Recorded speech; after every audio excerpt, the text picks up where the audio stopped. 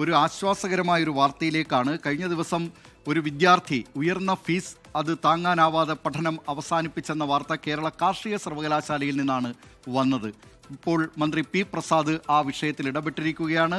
TC വാങ്ങിപ്പോയ Arjun എന്ന വിദ്യാർത്ഥിയെ തിരികെ പ്രവേശിപ്പിക്കണം എന്ന നിർദ്ദേശമാണ് മന്ത്രി പി പ്രസാദ് ഇപ്പോൾ നൽകിയിരിക്കുന്നത്. വളരെ നല്ല ഒരു ഇടപെടലാണ് ഇക്കാര്യത്തിൽ കൃഷിമന്ത്രി നടത്തിയിരിക്കുന്നത്. ഉയർന്ന ഫീസ് 10,000 രൂപ സെമസ്റ്റർ ഫീസ് എന്ന വിജ്ഞാപനത്തിൽ കണ്ടാണ് അർജുൻ ഈ കാർഷിക സർവകലാശാലയിൽ ചേരാനെത്തിയത്.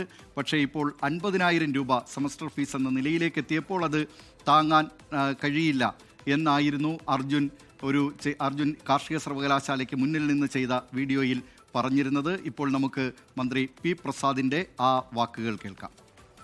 അദ്ദേഹത്തെ ബന്ധപ്പെടാൻ ഞാൻ പറഞ്ഞിട്ടുണ്ട്. അദ്ദേഹത്തെ തിരികെ കോളേജിൽ പ്രവേശിച്ചു. TC വാങ്ങിച്ചു എന്നുള്ളതിൻ്റെ പേരിൽ ഇനി അദ്ദേഹത്തിന് ഇനിയും പഠനമില്ല എന്ന തരത്തിൽ ഉണ്ടാവരുത്.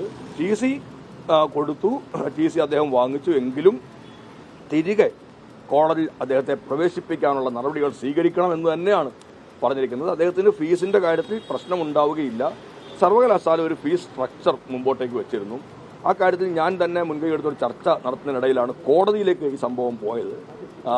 ഞാൻ മനസ്സിലാക്കും വിദ്യാർത്ഥികളൊക്കെ തന്നെയാണ് കോടതിയിൽ സമീപിച്ചത്. അപ്പോൾ കോടതിയുടെ പെൻഡിങ്ങിൽ നിൽക്കുന്നതുകൊണ്ടാണ് നമുക്ക് പിന്നെയും ഇതിനകത്തൊരു പരിഹാരത്തിലേക്ക് എത്താൻ കഴിയാതെ പോകുന്നത്. തീർച്ചയായിട്ടും ഒരു വലിയ വർധനവോ വിദ്യാർത്ഥികൾക്ക് ബുദ്ധിമുട്ടുണ്ടാവുന്നതാണ്. സാധാരണ കുടുംബങ്ങളിൽ നിന്ന് പോകുന്ന കുട്ടികളടക്കമുള്ളവർക്ക് ഒരു വലിയ സാമ്പത്തിക ഭാരം അടിച്ചേൽപ്പിക്കുന്ന ഒന്നും ഉണ്ടാവുകയില്ല. മന്ത്രി പി പ്രസാദ് ആ TC വാങ്ങിപ്പോയ വിദ്യാർത്ഥിയെ തിരികെ എത്തിക്കുന്നതിനുള്ള നിർദ്ദേശം നൽകി കഴിഞ്ഞിരിക്കുന്നു. ലോകത്തെവിടെയായാലും ഏത് സമയത്തും 24 വാർത്തകളും ഓഗ്മെന്റഡ് റിയാലിറ്റി പാക്കേജുകളും എക്സ്പ്ലെയിനറുകളും വിശദമായി കാണാൻ ഞങ്ങളുടെ YouTube ചാനൽ നിങ്ങൾക്ക് സബ്സ്ക്രൈബ് ചെയ്യാം.